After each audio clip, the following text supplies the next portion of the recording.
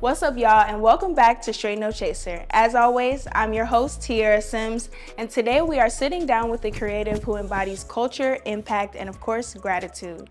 I'm talking about none other than Malcolm Fox, the co-founder of Gratitude Chicago. His brand isn't just about fashion, it's about community, storytelling, and giving back. Today, we're diving into some of his most meaningful pieces and the journey behind them. Please welcome Malcolm Fox to the show. Hey, how you doing? How are you? Good to see you. Yeah, you feeling grateful? I'm grateful. All right, yeah, Appreciate for sure. you having me. Yes, so do me a favor and introduce yourself. Tell us about your brand. Give us a little bit of an introduction. Okay, so I'm Malcolm Fox, co-founder and chief marketing officer for Gratitude Chicago. Gratitude Chicago is a clothing brand that uses fashion as well as our platform to push people to be more grateful. So whether it's through the clothes we create, the spaces we create, it's all about pushing people to incorporate gratitude into their daily practices. Man, that's awesome. That's amazing. That's more than just fashion. You're doing a whole thing. So I see you bought some pieces. Let's dive into them. Let's get into it. So let's start off with the OGT. So I got the OGT. This is the first piece that Gratitude ever dropped. So this is actually G Baby, who's the brand's official mascot. Features the word Gratitude Chicago and then a few elements on the bear as well. So what made this the first design that you launched, and how did it set the foundation for Gratitude Chicago? So this was the first drop because we used it to tell our story. We introduced G Baby, who I just mentioned is the brand's official mascot. We introduced him to social media, to the world. And basically how it helped us build our foundation was we used the first drops to tell our story, to let people know what we were trying to do. We're not a clothing brand, it's more of a lifestyle. We're trying to push a message on the people. And that's how it set the foundation with our first couple of drops. That's dope. So you planned to sell 50 t-shirts, but ended up selling over 125. What was that like when you realized that the demand was bigger than expected? It was refreshing and motivating. We spent so much time working on this first drop to get the response that we did. It kind of just made us lock in. It made us realize super early on that we had a chance to do something different with the brand and something really impactful in the city. Dope. So what's been the biggest lesson that you've learned as a business owner in the fashion space? It'll probably be never let go of your quality, never let go of your story. A brand identity is everything, and sometimes, or most of the time, the best marketing is a great quality product. So we try to focus on making sure every product that we deliver is packaged well. You're going to put the merch on and you're going to love it. You're going to love how you feeling and you're going to love how you look in it. You're going to love what message is given off as well. For sure. I feel like I always hear people say quality over quantity, and that's true in any aspect. Sure. So. Especially in the fashion industry, because it's a lot of, with the market being so oversaturated and so many different people or so many different clothing brands out, it's kind of inevitable that you have to, you know what I'm saying, make sure your quality never falls off. Absolutely. Let's get into the next t-shirt, the 5-year anniversary t-shirt. Yep. So this the 5 rings tee. Basically what we did was we gave ourselves a championship ring for every single year we've been in existence. This tee was dropped to celebrate our 5th year anniversary. So August 2024 is when we dropped this tee, and it basically just sang the praises of gratitude. So every single year has a different championship ring and some different message on it.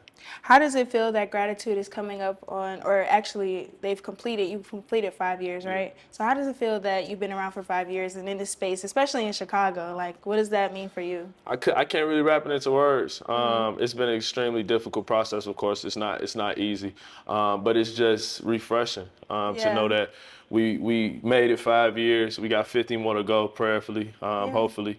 So it's a different type of feeling for sure. I feel like I got a 5-year-old child. That's dope, yeah. So tell me about the growth from the first year to your 5th year.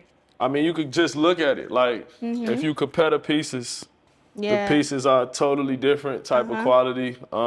Even the print is different. The feel, the look, everything is different. When you compare the pieces, first year versus our 5th year, and even when you look at this 5th year versus what we're getting ready to drop, the quality has continued to get better. So yeah, that's amazing. All right, let's go to the next shirt, the PT. Yeah. So I brought a hoodie and a tee. And basically what the P was, I went to Phillips High School, Okay. graduated from Phillips High Where School. is Phillips at? Phillips is right by where we filming at. It's about Okay. 10 minutes from here. It's on the south side of the Brownsville neighborhood, South right off side? 39th. Period. Okay. So yeah, so the PT basically, what I did with this drop was I had a random thought, random idea to want to raise money for my school's STEM department. And so basically what we did was we dropped tees as well as hoodies, and 100% of proceeds went back to Phillips STEM department to help them implement one at the school. So yeah, that's how this came about. Yeah, so you raised almost 20,000, excuse me, for your alma mater. That's crazy. Like, what motivated you to give back in that kind of way? I think I try to stay involved at Phillips in every chance that I get. Phillips did so much for me as a student that I try to make sure I always pay attention to paying it forward. I try to make sure I use my blessings, my lessons, my experiences to help propel the next student forward. So that's how it came about. It was literally, it's crazy. I was sitting at my brother's house and I randomly came up with the idea. Like I woke up from a nap and told him like I wanted to raise money for the school. It started off at a $5,000 goal. That 5,000 went to 10,000. That 10,000 went to 15. And then it was kind of like if I could do 15, I could do 20. Yeah. So it went to 20. That's dope. It sounds like what you're saying is kind of really parallel to like your brand and the meaning, and like gratitude is forever giving. You know what I'm saying? Yeah, like it is. It is. It's not just one way. Nah, it's not. You gotta be grateful for the small things, like the fact that you able to look at that card and read what's on the card. The fact that you able to tell yourself to shake your head and your head is able to shake. You know, you It's a gotta be blessing, grateful yeah. for all of the smallest things, and that's how you attract the biggest. For sure. So what impact did you see after donating the proceeds, and how did the students and the school respond? The students in the school responded in a crazy way. So we actually released the products homecoming weekend for the students. So we dope. hosted like a pep rally at the hype school. around it, yeah. We gave all the students free teas. So it was a crazy experience to just pull back up to my old school, see some of my old teachers, old coaches, you know, old janitors, different people that saw me when I was attending the school as a student. Now 6, 7 years later, as a grown man, it was a cool experience for sure. That's dope for sure. All right, let's move on. Giving Tuesday tea. Yeah. That was a collaboration with Foot Locker, right? Yeah. Okay. So we actually didn't drop this tee. This tee was not for sale. This tee was actually to commemorate the event. So basically, Foot Locker Chicago and Gratitude Chicago for Giving Tuesday in 2021, we teamed up to put on a Giving Tuesday event. And with this event, we had a food truck tour, partnered with our family over at Harold's on 87th and Dan Ryan. And we took their food truck to 5 neighborhoods in the city and gave out free meals all day. Wow. And then in addition to that, we picked 5 nonprofits in the city to receive a $2,500 donation as well. That's amazing. So this collab seems like it went beyond fashion. It included a food truck tour and nonprofit donations. Why was it important for you to merge community service with clothing? I think it's easy. I like to give fresh and I like to give back. I mean, we try to be very authentic to who we are as people, and then it makes it easier to put it into the form of a brand. Yeah, for sure. And Foot Locker is a huge name in the industry. Like, how did that partnership even come to be? Yeah, so it was actually crazy. We set up a meet and greet. We got introduced to some people over there on the Foot Locker team. We set up a meet and greet just to get to know each other. And Nick and I took it into, Nick is also, I didn't mention, Nick is my brand. He's the co-founder as well, chief executive officer. That's my older brother. And basically we went into the meeting and they thought it was a meet and greet. They thought they was just gonna get to know us, get to know the brand. We kind of took it a little step further. So we went into the meeting with a whole drop planned out for what a collab would look like with Foot Locker. And we basically sold them on who we were as people, who we were as individuals, who we were as a brand, what we were trying to do, and then sold the drop to them. And that ended up being our first drop that we collabed with them on. That's amazing that you was able to go in there. You went in there prepared for something else that you wanted, but they didn't even know about it. You got to prepare yourself to be in them rooms before you get in them rooms, for real. Would you, like, what kind of advice would you give to people that are afraid to take that step to try and, like, approach bigger companies or in the industry? Well, first, if you're religious, I would say keep your trust in the man upstairs. as long as you pray as you shall receive it. I'm a big component of that, a big advocate for staying religious and staying prayerful when you're on the journey to whatever you're looking to accomplish. But other than that, I would just say prepare to be in those rooms. Like I just said, prepare to be in those rooms before you enter them, so that when you enter them, you could take most advantage of them. Absolutely, that's dope. All right, let's move on to the Feeling Grateful hoodie. So tell us about this piece. So Feeling Grateful hoodie features a triple dye design, 16-ounce hoodie, super thick, great quality. Front design, screen printed, as well as a back design, screen printed. And basically what it says is gratitude turns what we have into enough. So it just depicts what feeling grateful looks like in human form. Correct me if I'm wrong, but this is your favorite piece, right? Yeah, it's my favorite piece. So for why sure. is this so special to you? I think this was our first triple dye piece, and triple dye has become, the triple dye hoodie has become like a staple of our brand because it's so unique to our brand. So I think the design, two, the quality of the hoodie is kind of like what makes it my favorite piece for sure. Yeah, so this triple layer design is very unique. Like what inspired that, and how do you combine comfort with this? I think so. Me and Nick and I were just looking to do something different. Had some inspo from some pieces that were in our closet when we were kids. Yeah. We took it to our manufacturer and they pulled it off. And then when it comes to blending comfort with style, those are like one and the same for us, because with every piece we want you to be comfortable, we want the quality to be amazing, but we also want you to be able to get fresh in it as well. Okay, if we could just take a break, because I heard you say like you sent the design to your manufacturer. You said, break down that process of like how does that come to life? Like what is that process like? So with this hoodie specifically, it started off with a call with Nick and I, kind of just talking about what we were looking to do with the piece. That ended up translating to a sketch. He actually sketches a lot of our designs for the brand. So before we send it to the manufacturer, he sketched it, picked out the colors that we wanted. We met to kind of pick out a Neapolitan type base for the hoodie. We put the colors together, sketched it out, sent it over to the manufacturer.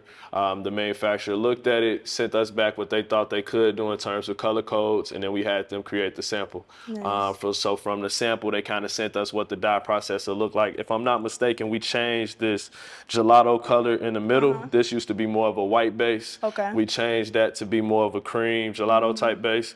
But it just happened. Then from there, it goes from the sketch to the sample process, and then from the sample process to the bulk production, and then the bulk production to the actual screen printing and things of that sort. So. Wow. So is that process kind of tedious? Like how long Extremely. like how long does it take to make a shirt or a sweatshirt? Like months, weeks? It depends on the design, really. Okay. It depends on if it's complexity cut of and it. sewn. Okay. Yeah, it depends on if it's cut and sewn, if it's a blank, if it's just screen print, if it's embroidery. With this one, I want to say this one took more like 2 months to get the final product actually. Okay. So like 2 months. Yeah. So do you plan that out ahead then, like your releases or your drops? Okay, Yeah. perfect. Yeah. All right, let's move on to the Gratitude Academy tees. It was your 4th collection with Foot Locker. Yep.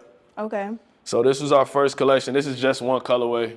So we dropped 2 other colorways with Foot Locker, as well as a bucket hat and a 5 or 6 panel baseball cap.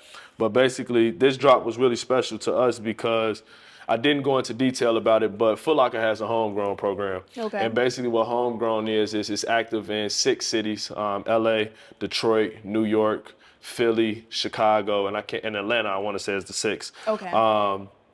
But basically what they do is they go into those cities, find up and coming streetwear brands, and they find ways to amplify their message and put them on their platform. Okay. And so with this drop, this was our 4th collection under a part of the homegrown umbrella. And it was our first drop that spanned it into stores outside of Chicago. Nice. So with this collection, we were available in Chicago, New York, Atlanta, Houston, Dallas, DC. I'm drawing a blank on a few, but I know it's a few stores. That's but it was about huge. 15 stores in total. Yeah, that's huge. Like being a part of Foot Locker's homegrown program and expanding to 15 stores that's a big milestone. Yeah, for sure. How did that growth change things for your brand? Like being accessible in cities just except for Chicago, outside of Chicago. I think it amplified our message. Like it put us in spaces that we weren't physically at. It helped push the brand name to markets that we had maybe not tapped into.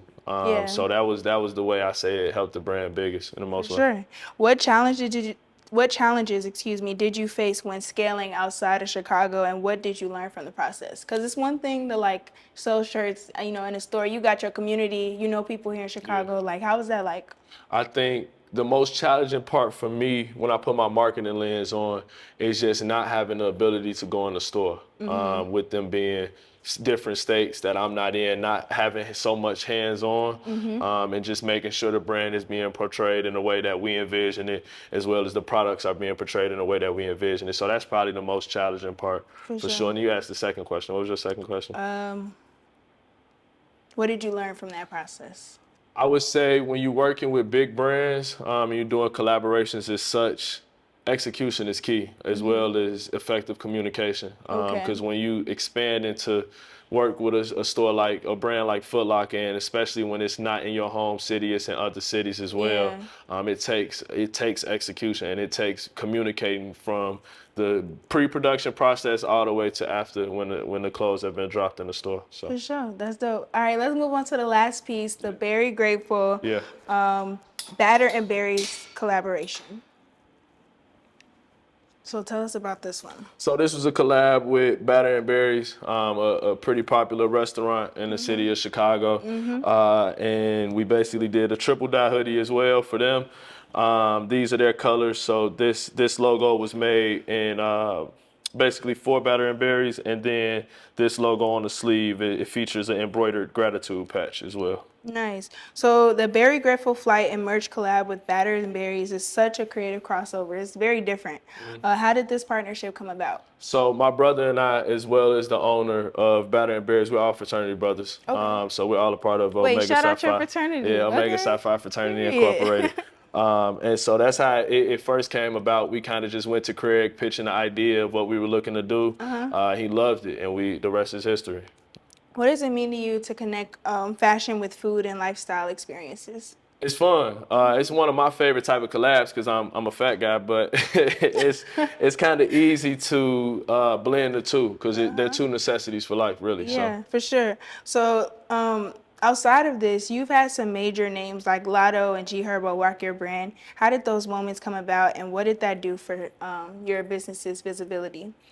I think those came about just being tied in with their different camps. So with Herb, his main photographer is one of my close friends. Shout out Jaren. Y'all may know him as Digital J. And then with Lotto's stylist came across the brand from seeing us on one of my friends' brand, Meet the Neighbor. Shout out to Meet the Neighbor, Nisa and Talissa. So yeah, that's how it came about. And I say how it helped the brand was it just put us in the room with what we're trying to get to. We want Gratitude to be seen as a luxury lifestyle streetwear brand.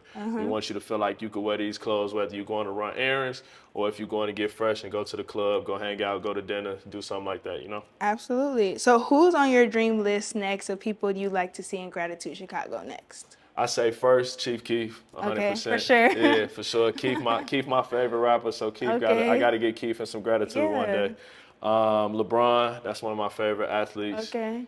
What about Derrick Rose? I was just gonna say D Rose. Gotta be between D Rose and LeBron. Either one of them wear the brand, I'd be satisfied. And then a couple Bears players. I got a couple Bears players in mind too. Absolutely. Well, you're gonna do it. Your brand is amazing, and I think the that. purpose and the vision behind your brand is so much bigger. And I think that's what people need nowadays is something beyond the surface. And you definitely doing it. So I appreciate it. Yeah. I appreciate that. So we're now gonna switch into the segment of rapid fire questions. That's gonna dive into your personality a little bit. It's more fun, lighthearted. You may get put in the hot seat, but we're gonna have a good time. We also gonna cheers. So cool. Let's do it. Let's do it.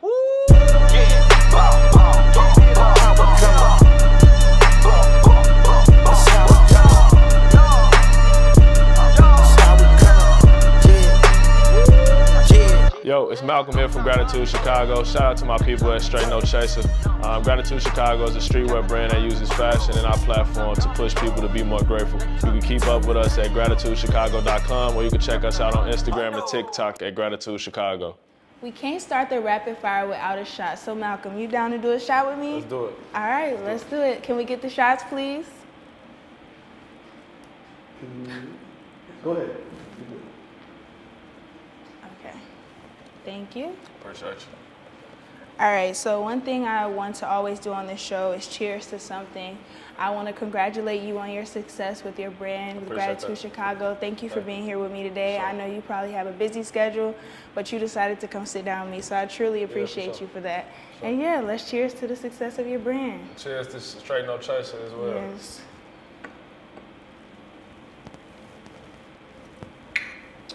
Okay. Let's get into these questions. You go first, I'll go first. I'll let you go first. You the guest. So I heard in one of your previous interviews that Rihanna is your dream person to interview. Does that mean you taking Rihanna over Beyonce? Yes. Only because Rihanna is she's just top 2 and she's not 2 for me. Okay. But I will give Beyonce her props. I think Beyonce is an amazing performer and she put on for a lot of females in the industry. So I'm not knocking on Beehive, don't come for me. But I fuck with Rihanna. Taking Rihanna over. Yeah. Okay. Makes sense. All right. If you weren't in the fashion industry, what would you be doing? I own a restaurant for sure. Okay. What kind of restaurant? Probably a Harold's. You know how to cook? Yeah. Really? I like cooking. What you be cooking? Sure. Whatever. Anything. Okay. It don't matter. Whatever I put my mind to. You gotta chef it up for me one day. Period. Let me see. What's your biggest red flag in a person? Ooh, I know. I think if somebody doesn't have an open mind, that's really just a red flag for me because it's like you're not open to hearing other ideas, other opinions. Like you're really closed off and you can't grow without having an open mind. Sure. So I feel like it's one and the same. Okay. That's a huge red flag. What is the best and worst business advice that you've ever received? Ooh, when it comes related to gratitude, related to a clothing brand? Yes. The worst advice I would say is just drop something because it's popular or it's trendy. Okay. A lot of people try to push us to drop, hey, this is what a lot of people shopping right now, drop this. Yeah. I'd say the best advice is to never sacrifice on quality. Always push quality to the top. Yeah, going back to the trend thing, I feel like sometimes it's also a lot of trends that's not, like, it might be trendy, but it's not it. Like, it's not, It's just what people doing that look goofy. Exactly. Let me see, my next question is, what's a guilty pleasure you'll never give up? Watching Baddies. That's my show. I love Baddies. That's that crazy show on like Zeus or something like that, right? Yeah, okay. And I just, some of my, like lately, most of my friends have been dropping off from like watching Zeus, but I don't know why. I think it's just entertaining. Like I know it's not real, like reality TV is obviously fake, but it's just entertaining. And it's like when I'm bored, I turn on Baddies. That's your guilty pleasure, Yeah. Okay. Okay. What is one Chicago food spot that everybody has to check out? That's hard. Don't say Harold's. I was about to say that's hard because my people own Harold's. So For real? I would Which say one? Harold's on 87th and Dan Ryan. That's the best one, I feel like, too. That one and my auntie other Harold's on it's on 87th and Kesey. So Harold's Chicken and Ribs on 87th and Kesey. It's the only Harold's in the city that serves ribs. Edible Arrangements, that's right next door to Harold's, owned by my people as well. Okay. And then lastly, Truth Italian on 39th. That's owned by my family too. You have to shout out I gotta shout out my family. Keep yeah, it in the family for sure. All right. Let me see. What's one thing people always assume about you that isn't true? That's a good question. I don't know. I think maybe people wouldn't know that, like, I'm just nice. A lot of people, because I'm tall, and sometimes I don't have the nicest face. Like, if I'm literally just not doing anything, but, like, who's going to walk around smiling? I just might have, like, a resting face that people they might feel intimidated talking to me, but I'm really nice. So I think that's one thing people would assume. If you had to describe your brand in one word, what would it be? No, that's a good one. Timeless.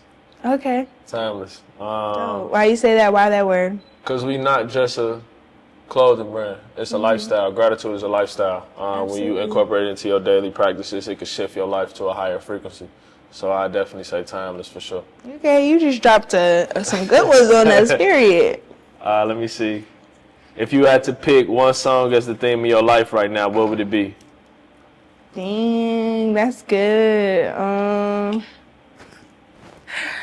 I don't know what specific song, but probably some Drake in his prime, like probably early 2000s, you know. Take Care, Drake? No, Drake not ain't been that good sad since Take Care, stuff. so. Oh, that's controversial. Yeah, it's very controversial. He ain't been good since Take Care, but. I feel like a song that's like lit, but because I feel like Take Care was kind of Down a little bit? yeah, like in his feelings. For sure. I think something lit, like, cause I'm on the come up. That's how I feel. Like I'm on the come up. So For sure. some Drake. If you had to swap closets with any designer, who would it be? Damn, that's another good one. You making me think. I'm gonna say Joe Fresh Goods Okay. and Virgil. Oh, what happened to Virgil? Yeah, Period. Joe Fresh Goods and Virgil. Okay. Let's see. If you could have dinner with any 3 people, dead or alive, who would they be? Any 3 people?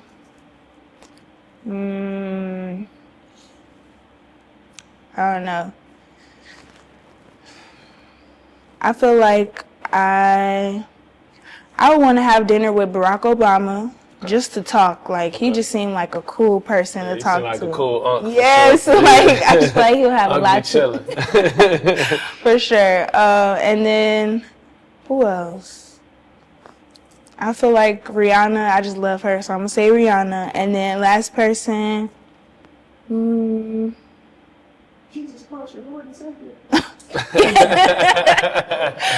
I don't know for the last person. I'll say I'll leave that spot empty, but it would definitely have to be people that I feel like could help elevate me. Some people that are doing better than me in life, because I feel like you can always learn something from somebody. For sure. What is one trend in fashion that you wish would die? Oh, low quality products and lazy designs. Do you like, you probably don't shop on Shein, but do you like see girls in Shein, or can you spot like low quality stuff? I can spot from low a mile quality, away? but Yeah. I've never looked at Shein. I don't know nothing about You know, Shein. Shein got men's fashion. You won't see me in it. I don't know nothing about it. Okay, period. Let's see. If you could live in any city outside of Chicago, where would it be and why? Cali. I want to go to Cali so bad, but towards the end or like down part of my life, like Okay. because Cali is so I expensive. was about to say it's high as hell to live in Cali. It's so expensive. Man. And so I feel like I just need to be prepared, and like I need to be relaxed at that point, just chilling. Chilling with your feet up tight. Yes. Okay. Okay. What is your go-to sneaker choice? It depends. If I'm running errands on some just chill stuff, I'm gonna wear an ASIC Cayano 14. That's probably my favorite shoe to just be comfortable in, still fresh in at the same time. If I'm going out though, my favorite shoe right now, my go-to shoe is probably a Mason Mahara or a Golden Goose, probably. Okay, yeah, for sure. I heard about the Golden Goose. I feel like I love Golden Goose. They're not the most comfortable. You break them in though, but I just like how they look on foot, for sure. For sure. All right, so what made you start Straight No Chaser, and what's your dream behind it? What you looking to achieve? Well, the reason, I'll go way back real quick though.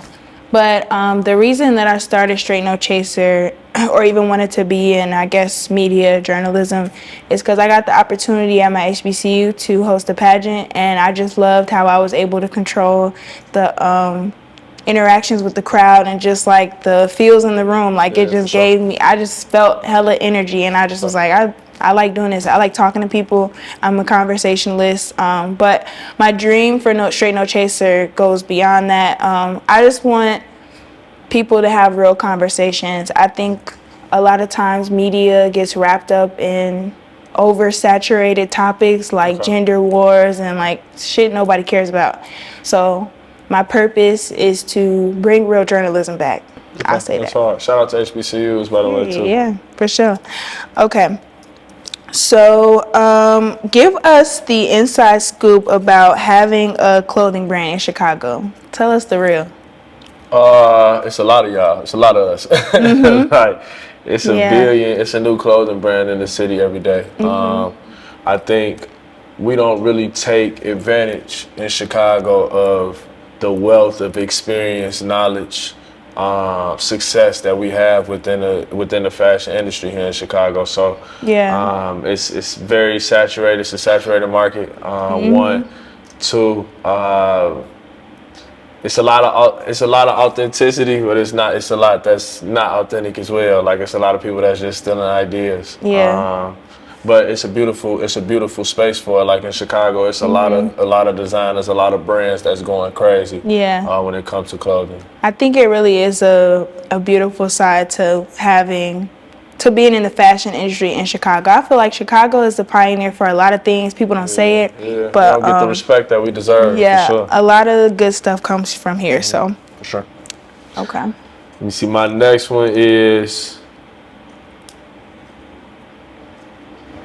how do you prepare for these interviews? Like, take me through planning out an interview and what your process is? That's a great question.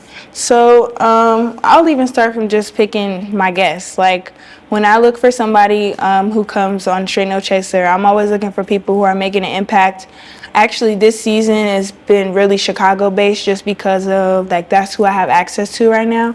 And I don't mind that because I love to shed light on people who are doing amazing things in Chicago. But I don't just like to have just anybody and give anybody a platform. I like people who are doing something that means something, impact, like community, like all that stuff takes into account. And I really do a lot of research when picking like who I want on the show. Okay. And from there, it goes to reaching out. And sometimes that process is the longest because you're reaching out to people. People have busy schedules. They might not get back to you when you want them to. It's just that part takes the longest. But when I confirm an interview, then for me, the research starts. So like not just beyond or not just in the realm of what I already know about that person, but I try to do a deep dive and pick out things that I think people might want to hear when I'm talking to that person. And then prep comes down to, I prep about maybe a week or two in advance in terms of practicing my intro, the questions, because I like to,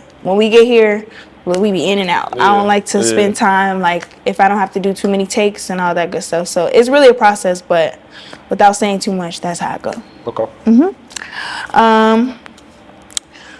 So talking about your journey, is there anything that you would change looking back, or would you keep everything the same?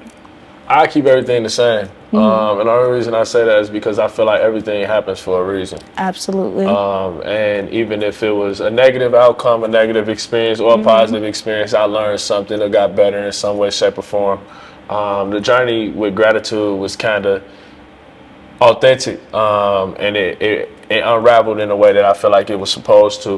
We first dropped, it was myself, my brother, as well as my best friend, DJ, and we came together, decided we wanted to start a clothing brand. That clothing brand ended up being Gratitude Chicago, kind of defined what our identity was, what our brand message was, etc.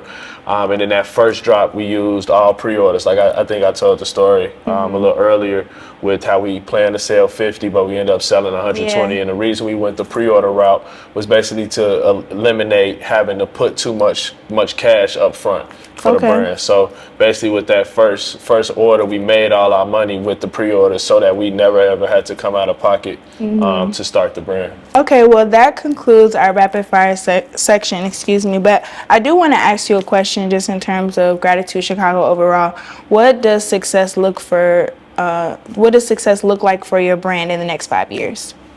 I would say lasting the test of time, continuing to impact our city, whether it's from a community philanthropy standpoint or from the fashion sector. And then really what I want a storefront.